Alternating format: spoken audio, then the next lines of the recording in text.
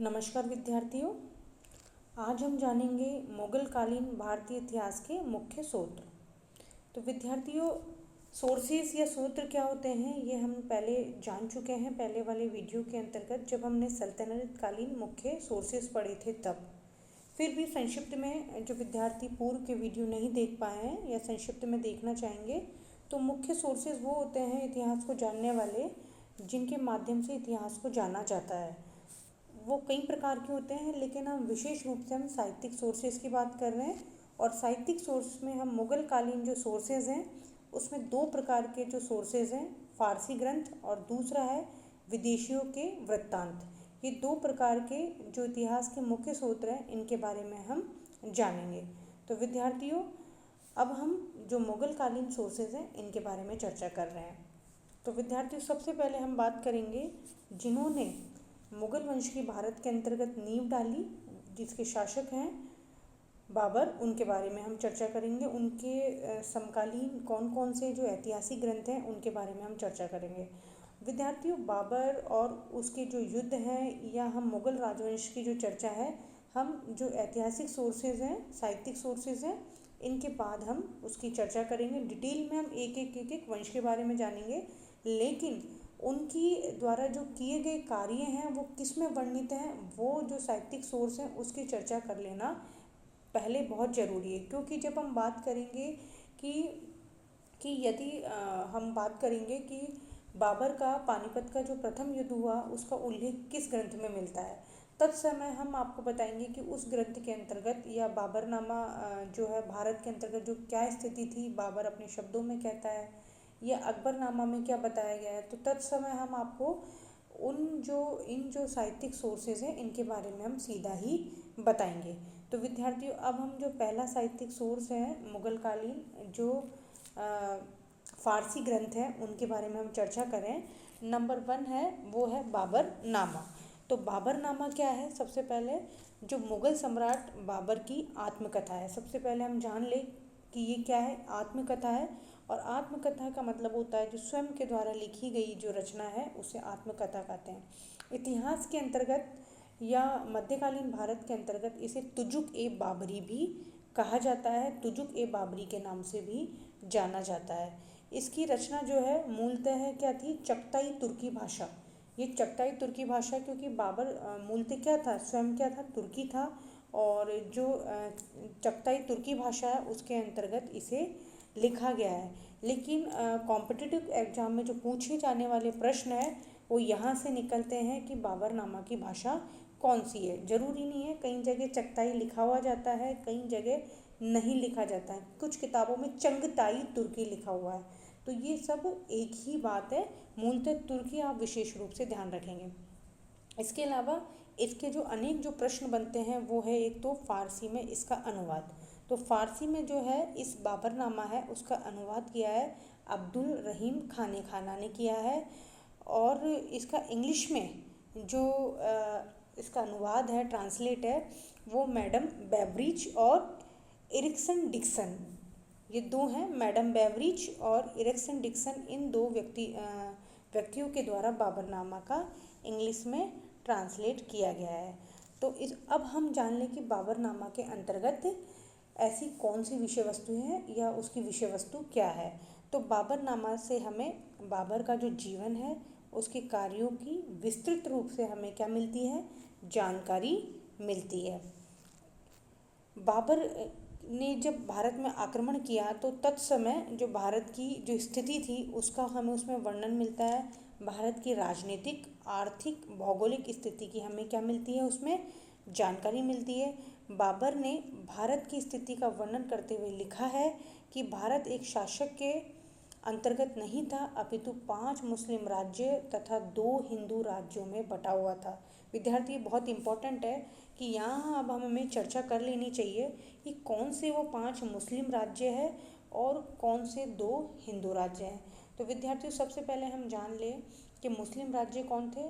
मुस्लिम राज्य थे मालवा, गुजरात, दिल्ली, बंगाल और बहमनी साम्राज्य। विद्यार्थियों, हम ध्यान देंगे अभी तो पूर्णतः जो बहमनी साम्राज्य है उसका जो नाश नहीं हो पाया था, इसलिए बहमनी साम्राज्य की हम बारे में भी पूर्व में हमने आपको बताया था कि बहमनी साम्राज्य है, उसकी डिटेल है, पूरा राजवंश और उसके पतन तक के कारणों का हमने पहले वाले वीडियो है उसमें उल्लेख कर लिया है। तो बात करते हैं मालवा। मालवा के अंतर्गत महमूद खिलजी सेकंड का शासन था। दूसरा है गुजरात। गुजरात के अंतर्गत था मोहम्मद शाह द्वितीय। मोहम्मद शाह द्वितीय का बाबर ने जब भारत में आक्रमण किया तत्समय गुजरात के अंतर्गत मुजफ्फर शाह द्वितीय का शासनकाल था। नंबर 3 था दिल्ली। दिल्ली में आपको पता है कि बाबर के आक्रमण के समय इब्राहिम लोदी था, जिसके साथ बाबर ने पानीपत का पहला युद्ध किया था। इसके बाद बंगाल का शासक, बंगाल में नुसरत शाह का शासन था। और बहमनी का शासन यानी बहमनी पर तत्समय किसका शासन था? कलीमुल्ला खां। तो ये 5 तो मुस्लिम राज्य हो गए और 2 जो हैं शासक हैं वो है भारतीय या दूसरे हिंदू शासक हैं, उसके अंतर्गत है महाराणा सांगा मेवाड़ का शासक और विजयनगर का शासक कृष्णदेव राय। इन 2 हिंदू राजाओं का और 5 मुस्लिम राजाओं का बाबर ने उल्लेख किया है। तो विद्यार्थियों, यहाँ हम बाबरनामा में हम और बात करें तो बाबर ने हिंदुस्तान की आर्थिक स्थिति का वर्णन करते हुए कहा है कि यहाँ सोने व चांदी की बहुलता थी, प्रत्येक व्यवसाय को करने वाले लोगों की बड़ी संख्या में उपलब्ध थे।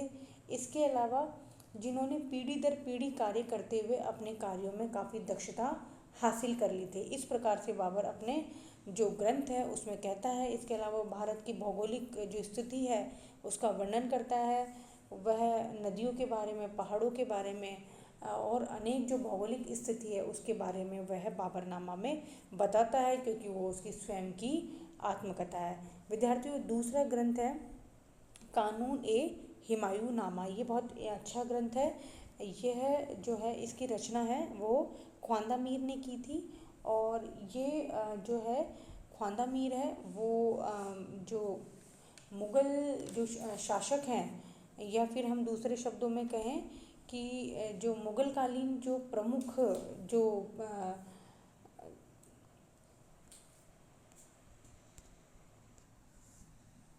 जो ख्वांदा मीर है वो हुमायूं के समकालीन था। और ख्वांदा मीर को जो हुमायूं है उसने उसकी विद्वता से प्रसन्न होकर के अमीर ए अकबर का जो है अखबार है उसका उसने उपाधि दी थी। और ख्वांदा मीर ने हुमायूं के शासनकाल के पहले 3 वर्ष यानी कि 1530 से लेकर के 1533 तक के शासन का वर्णन किया है। और जो हुमायूं के जो शासन के अंतर्गत जो नियम है उनके बारे में भी बताया। अगला जो है इम्पॉर्टेंट ग्रंथ है, बहुत इम्पॉर्टेंट ग्रंथ है, बहुत एग्ज़ामों में भी पूछा गया है और जो बीए के एग्ज़ाम है उसमें भी कई बार पूछा गया है। तो अगला जो ग्रंथ है उसका नाम है हुमायूं नामा। इसकी रचना गुलबदन बेगम ने की थी और इसकी रचना अकबर के समय पे की गई थी। विद्यार्थियों, ये ध्यान देना आवश्यक है कि ये ग्रंथ हुमायूं का है लेकिन इसकी रचना अकबर के समय में की गई थी। ये हुमायूं की क्या थी? सौतेली बहन थी। इस ग्रंथ में 1530 से लेकर के 1556 तक का हुमायूं के पूरे शासनकाल का वर्णन है। हुमायूं के शासनकाल की जानकारी का ये प्रमुख ग्रंथ है। अगला ग्रंथ है, इम्पोर्टेंट है, ये है तज़किरात उल वाक़ियात। इसकी रचना जौहर आफ्ताबची ने की थी और अकबर के समय की थी। जो जौहर आफ्ताबची है वो हुमायूं का विश्वास पात्र सेवक था। और जौहर जो आफ्ताबजी था वो एक पद था, मतलब जौहर उसका मूल नाम था और आफ्ताबजी क्या था? पद था। आफ्ताबजी मुग़ल काल के अंतर्गत जो बादशाह का जो हुक्का तैयार करता था उस व्यक्ति को कहा जाता था। और जो बादशाह का हुक्का तैयार करने वाला जौहर था, इसीलिए उसका नाम जौहर आफ्ताबजी हो गया। जौहर ने इस ग्रंथ के अंतर्गत हुमायूं के जो राज्याभिषेक से लेकर के मृत्यु तक का वर्णन किया गया है। जौहर का वर्णन, विद्यार्थियों ये बात आप अच्छे से जान लें कि जो जौहर का वर्णन है वो गुलबदन बेगम के ग्रंथ हुमायूं नामा से भी अधिक प्रमाणिक माना जाता है। और ये जो ग्रंथ है उससे हुमायूं के शासनकाल की हमें काफ़ी जानकारी मिलती है। विद्यार्थियों, अगला ग्रंथ है, इम्पॉर्टेंट ग्रंथ है क्योंकि शेरशाह से संबंधित एकमात्र यही ग्रंथ है, इसीलिए इसको जान लेना अच्छे से आवश्यक है। तो ग्रंथ का नाम है तारिक ए शेरशाही ऑब्लिक तुहफात ए अकबर शाही। ध्यान रखिए विद्यार्थी, इसका नाम तुहफात ए अकबर शाही है। इसकी रचना अब्बास खां शेरवानी ने की थी। तुहफात ए अकबर शाही इसलिए इसका नाम रखा गया क्योंकि इसकी रचना अकबर के समय में की गई थी। तो जो तारिक ए शेरशाही है वो अब्बास खां शेरखानी के द्वारा अकबर के समय लिखा गया था और एकमात्र ग्रंथ था जिससे शेरशाह की जानकारी मिलती है। इसमें अब्बास खां शेरवानी ने शेरशाह के शासनकाल, प्रशासनिक सुधार का विस्तार से वर्णन किया है। यह एकमात्र ऐसा ग्रंथ है जिसमें शेरशाह के प्रशासनिक सुधारों की जानकारी हमें विस्तृत से मिलती है।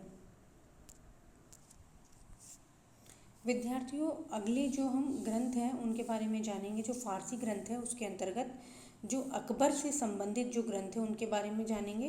विद्यार्थियों, अकबर से जो संबंधित ग्रंथ है वो बहुत महत्वपूर्ण है, क्योंकि मुग़ल शासकों को जब हम पढ़ते हैं तो अकबर अपने आप में ही एक बड़ा टॉपिक बन जाता है। इसीलिए जो अकबर से संबंधित जो ग्रंथ है उनको हमें बहुत अच्छे से जान लेना आवश्यक है।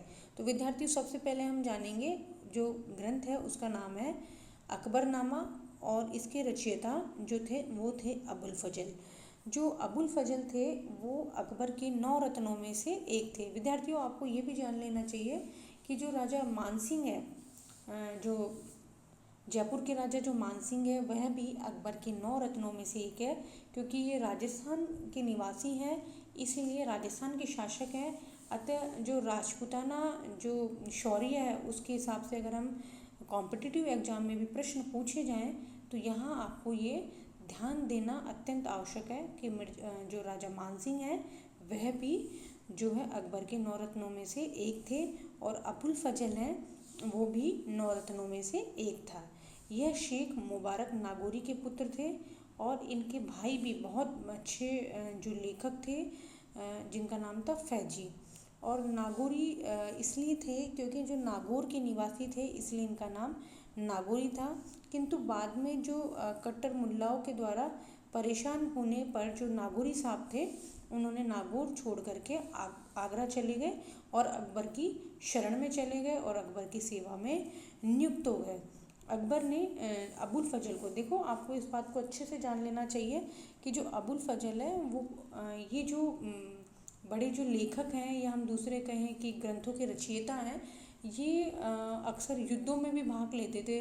अबुल फजल है, बदायूनी है, ये बड़े ऐसे इतिहास को लिखने वाले व्यक्ति रहे हैं जो बादशाह है उसके भी काफ़ी नज़दीक होते थे और आवश्यक पड़ने पर ये युद्धों में भी भाग लेते थे। तो अबुल फजल है उसको अकबर ने 4000 की मनसब दी थी और अकबर के आदेश पर 1602 में दक्षिण भारत से जब वो लौट रहा था तो अकबर ने उसे 1602 के अंतर्गत अकबर ने भेजा था किसी युद्ध के लिए, लेकिन जो शहजादा सलीम था उसको अबुल फजल है वो ज़्यादा पसंद नहीं था, इसलिए उसने बुंदेलखंड के जो शासक है वीर सिंह देव उसको जो वीर सिंह देव बुंदेला उसको आदेश दिया कि ओरछा के अंतर्गत एक जगह है, ये मध्य प्रदेश के अंतर्गत ओरछा, वहाँ जा कर के उसका वध कर दे।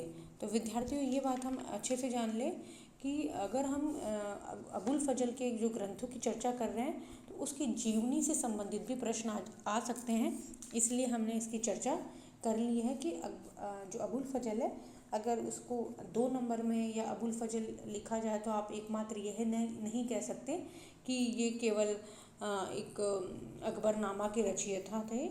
इसके अलावा आपको बताना भी है कि 4000 के मनसब था और जो है इतिहास मुग़ल कालीन जो इतिहास है उसको लिखने में भी महत्वपूर्ण भूमिका निभाई है। तो विद्यार्थियों, अब हम जानेंगे कि जो अबुल फजल का जो ग्रंथ है अकबरनामा वो जो है ये है क्या है, मुख्य रूप से 3 भागों के अंतर्गत विभाजित है।